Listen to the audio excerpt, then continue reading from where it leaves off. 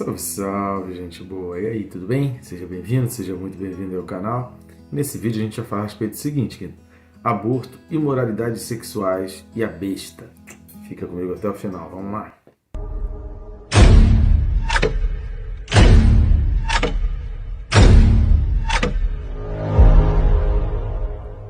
E não deixe de se inscrever no canal, né? Conto contigo para se inscrever aí, é bem rápido. Você vai clicar aí no botão de se inscrever e aproveita e já clica no sininho. Clicando no sininho, você é notificado a cada novidade. Tá no vídeo, você recebe primeiro a informação de que tem vídeo novo. Legal, né? Então curte, querido, comenta, compartilha, ajuda a gente a alavancar o canal e levar esse vídeo para abençoar mais e mais pessoas. Curtindo e comentando, o próprio YouTube faz isso organicamente, e compartilhando você vai chegar a mais pessoas que eu jamais conseguiria alcançar. Vamos junto nessa tarefa de ir pelo mundo pregar o Evangelho a toda criatura, e a gente pode fazer isso tão fácil e rápido, né? Então vamos lá, o texto desse vídeo, Apocalipse capítulo 11, e a gente vai ler os versículos 7 e 8. O 9 e o 10 estão totalmente ligados ao 7 e 8, mas para que a gente consiga destacar alguns pontos que são importantes no entendimento do 9 e 10, a gente vai ler o 7 e 8, mas no próximo vídeo a gente vai voltar um pouco a alguns detalhes desses versículos. Então vamos lá, Apocalipse 11, 7 e 8 diz assim: quando tiverem então concluído o testemunho que devem dar, a besta que surge do abismo pelejará contra elas e as vencerá e matará. E o seu cadáver ficará estirado na praça da grande cidade, que espiritualmente se chama Sodoma e Egito, onde também o seu Senhor foi crucificado. Amém? Glória a Deus. Então, a gente falou no vídeo passado a respeito das duas testemunhas, falou no vídeo anterior ainda a respeito das duas oliveiras, dos candeeiros, que as testemunhas estavam ali debaixo de uma tremenda unção, um poder de Deus. Porém, Deus já havia falado ali, não porque Deus odeia as duas testemunhas, mas não, o propósito maior, aquilo que a gente falou no vídeo anterior. O mundo estava muito preocupado com essa questão só da morte física e achar que isso é uma tremenda vitória. Por quê? Porque o ódio, que já vai estar aqui na vida cotidiana das pessoas aqui, vai sempre levar e achar que o fato de ter tirado a vida, de ter feito o outro morrer, traz uma sensação de vitória, de poder. Então, para esse cenário que vai estar acontecendo, nesse cenário de um ódio, que as pessoas, como a gente já falou várias vezes, a gente está debaixo do império aqui da iniquidade. Qual a diferença? Para a gente entender iniquidade, a gente precisa entender o que é equidade, a diferença de equidade para igualdade. Nós já falamos em vídeos anteriores aí essa diferença de equidade para igualdade. Igualdade considera todos iguais. Equidade é você estabelecer leis para que os que não são iguais, os que são diferentes, possam usufruir dos mesmos direitos e ter os mesmos benefícios. Então a equidade é a gente considerar os outros como diferentes, a gente considerar que as pessoas são diferentes, que têm origens diferentes, que têm conceitos diferentes, que têm culturas diferentes, mas a gente estabelece leis para que essas diferenças não gerem transtorno e eles consigam usufruir dos mesmos benefícios e ter os mesmos direitos, para que ninguém seja atacado por causa das suas diferenças. Isso é a equidade. A iniquidade é exatamente o oposto disso. É a ausência de leis ou criação de leis que não geram, na realidade, direitos iguais e, consequentemente, benefícios iguais. Então, a iniquidade é a ausência de leis ou leis que não produzem para essa humanidade, para que todos que têm as suas diferenças possam usufruir dos mesmos benefícios. Então, determinadas pessoas vão ter tratamentos diferentes dentro de um mesmo conceito. Por exemplo, uma pessoa que rouba, mas é minha amiga, então ela tem benefícios, ela é colocada até como presidente da República. Uma outra pessoa, eu não gosto, então o que a gente faz? A gente prende, a gente pega celular, a gente quebra todos os sigilos, e depois que prender e a pessoa ficar presa há muito tempo, como tem acontecido já no Brasil, tem acontecido isso, pessoas que ficam presas, já estão doentes, já estão convalescentes, não tem prova nenhuma, não tem crime nenhum contra essa pessoa, não foi preso porque essa pessoa cometeu crime, pessoas que roubaram, que mataram, que traficam drogas estão sendo soltas, e pessoas que de repente só falaram algo contra alguém que detém sobre si o poder, simplesmente estão presos, estão ficando doentes, estão definhando, outros ficando paraplégicos.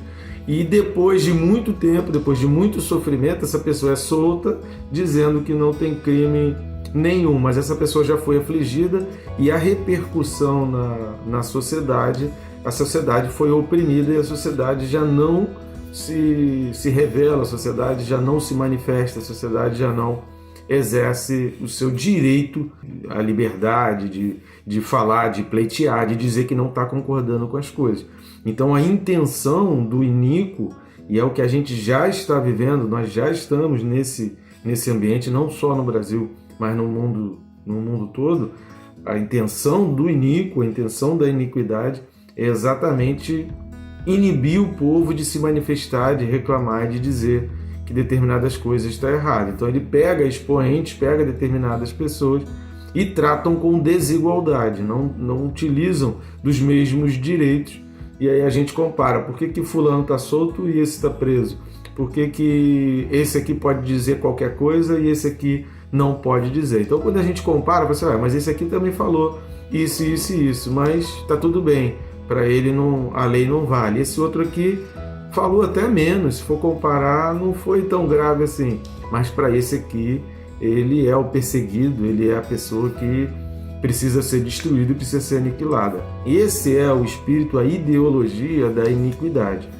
E aqui, a gente já havia falado no versículo anterior que haveria um tempo para essas duas testemunhas profetizarem. Essas duas testemunhas nós já falamos que apontam para Moisés e Elias, a gente não sabe se são exatamente essas pessoas, mas apontam para os mesmos ministérios, para os mesmos serviços de Moisés e Elias. E a própria Bíblia diz que eles já tinham tempo e que eles seriam mortos e depois eles vão ressurgir, ou seja, não houve derrota para as duas testemunhas. Se a gente for observar, as duas testemunhas não perderam, mas aparentemente para aquele povo eles perderam. Então, quando tiverem concluído, ou seja, há um tempo determinado para que eles deem testemunho, a besta que surge do abismo pelejará contra elas e as vencerá e a matará. Duas coisas que a gente precisa distinguir aqui. É a diferença entre a besta e o anticristo, ou falso profeta. A Bíblia chama tanto de anticristo como de falso profeta. A besta é uma coisa, o anticristo é outra. A besta é essa comparação, essa antítese do Espírito Santo, essa oposição ao Espírito Santo. O falso profeta, o anticristo, é a oposição a Cristo. Vai chegar um momento, lá no capítulo 13, que a gente vai ver, em que eles vão se fundir, como se aquela ressurreição de Jesus Cristo, em que agiu ali com o poder do Espírito Santo e vão trabalhar em concordância. O fato dessa besta surgir aqui para atacar os falsos profetas, a gente também não pode entender como que essa besta não estivesse presente antes, porque o que está falando aqui é a besta que surge do abismo pelejará contra ela. Agora, em que momento essa besta surge do abismo? Pode ser lá no capítulo 9, por exemplo, naqueles demônios ali que a gente falou, das locustas ou dos gafanhotos, dependendo da versão da Bíblia que você tenha, pode ser que seja ali o surgimento, o aparecimento e o domínio. Vamos dar uma lida lá para 2 Tessalonicenses, segunda carta de Paulo a Tessalonicenses, capítulo 2, que traz umas informações que são interessantes, que ajudam a gente a distinguir isso. Então a gente não pode confundir o surgimento dessa besta com o falso profeta. A besta, ela vai aparecer ali. É como assim, se durante 3 anos e meio, todas as tentativas do anticristo, do falso profeta, das pessoas, de tentar contra as duas testemunhas, todas as tentativas, ele mandou exército, ele mandou soldados, ele mandou isso e não conseguiu causar dano às duas testemunhas. A besta, então, ela vem com sua fúria e como dizendo assim, pois vocês não estão conseguindo executar, então eu vou fazer. Esse é o sentido ali de Apocalipse 11:7. A besta está lá falando assim, aquilo que vocês não conseguem fazer, então eu vou lá e vou fazer. Então a besta que surge do abismo, ela vai lá e peleja contra as duas testemunhas. Mas não significa que ela surgiu do abismo ali. A Bíblia está dizendo a besta que surge do abismo, mas não que está dizendo e eis que surge então uma besta, e vi uma besta surgindo, como a gente vai ver em alguns textos para frente, outras bestas surgindo do mar e da terra. Então tem essa besta do abismo, tem as bestas do mar e da terra, e vai ter uma quarta besta ainda, como relatado lá em Daniel, capítulo 7, que é esse poder que realmente aparece. Então, a ideia que dá no versículo 7 aqui de Apocalipse 11, 7 e 8, não é que a besta surge naquele momento. Ela já havia surgido, mas várias tentativas foram feitas contra as duas testemunhas, sem êxito. Então, ela vem agora para provocar isso e para dizer, olha, eu consigo. 2 Tessalonicenses 2, versículo 3, vai dizer assim, ó, ninguém de nenhum modo vos engane, porque isto não acontecerá. Isto o quê? A vinda do Senhor Jesus Cristo. E a vinda do Senhor Jesus Cristo está dividida em duas etapas. A primeira etapa seria o arrebatamento, onde ele levaria a igreja. Então aqui está falando do arrebatamento e não da vinda de Jesus Cristo, como relatado lá em Apocalipse, que a gente vai ver no final do livro de Apocalipse, Apocalipse 19, 20 e 21. Então aqui está falando ainda do arrebatamento, que a gente pode presumir que seja Apocalipse 7.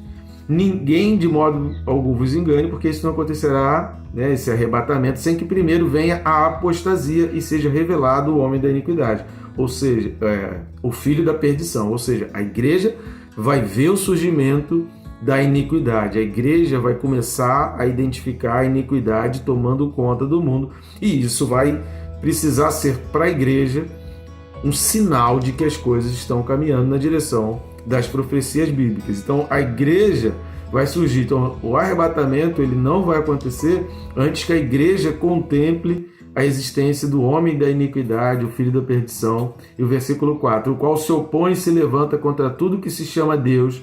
Preste atenção, tudo que se chama Deus, tudo que se chama Deus, a gente presume seus valores, seus princípios, suas leis, suas diretrizes, então suas ordenanças, seus mandamentos. Então tudo que se chama Deus, o anticristo ele vai se opor, ele vai odiar isso, ele não vai suportar e ele vai querer aniquilar qualquer coisa que lembre, que manifeste ou que cultive um futuro. Então ele vai ficar assim, poxa, a humanidade está desse jeito e isso tudo é culpa do judaísmo e do cristianismo. Então vamos atacar essas religiões porque eu não quero que as próximas gerações cresçam debaixo desses ensinos. Então eles vão atacar crianças, ensinos de criança, e vão desprezar todos os ensinamentos ali voltados e princípios voltados para aquilo que se chama Deus. Ou é objeto de culto, preste atenção. Então muito se fala, pretendo colocar um vídeo aí falando essa diferença que a gente precisa entender sobre liberdade religiosa. Existem vários conceitos, existe liberdade de culto, existe liberdade do proselitismo. Então são coisas diferentes. Tem lugar que você tem uma liberdade do culto, mas você não pode fazer o proselitismo, o evangelismo, a manifestação em praça pública, o convencimento de pessoas, usar uma camiseta dizendo que você pertence àquela religião numa universidade pública, por exemplo. Então a liberdade religiosa ela é restrita.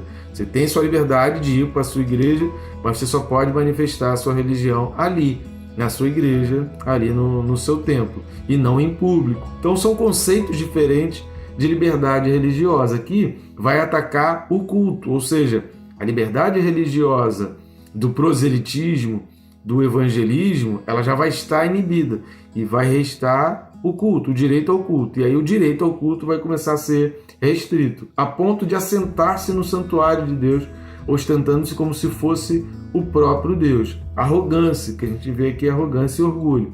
Não vos recordais de que ainda convosco eu costumava dizer-vos estas coisas? Será que você não se lembra que eu estou aqui contigo e estou contando essas coisas? Então envie isso para alguém, que alguém precisa ouvir isso. E agora sabeis o que o detém, para que seja ele revelado somente em ocasião própria.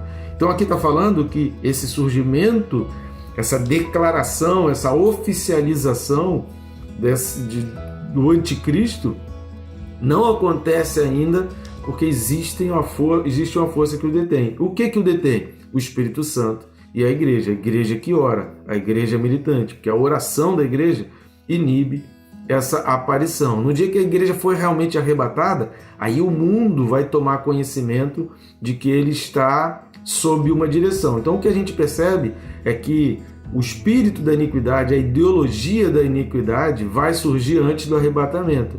E o anticristo já vai dar os seus sinais de que ele existe, mas ele ainda não vai ter um poder pleno sobre o mundo. Ele não vai ser aquele líder das nações, ele ainda não vai ser o rei de todos os reis da terra, ele não vai ser o dirigente ainda de toda a terra, mas a gente já vai conseguir identificar, olha, essa pessoa aí tá seguindo, está tomando lugares e está tomando a rédea, essa nação está começando a dominar o mundo, está começando a ter uma proeminência, então a gente já precisa ficar voltado para esse tipo de pessoas e olha a iniquidade que essa pessoa está impregnando. Versículo 7 de 2 Tessalonicenses 2.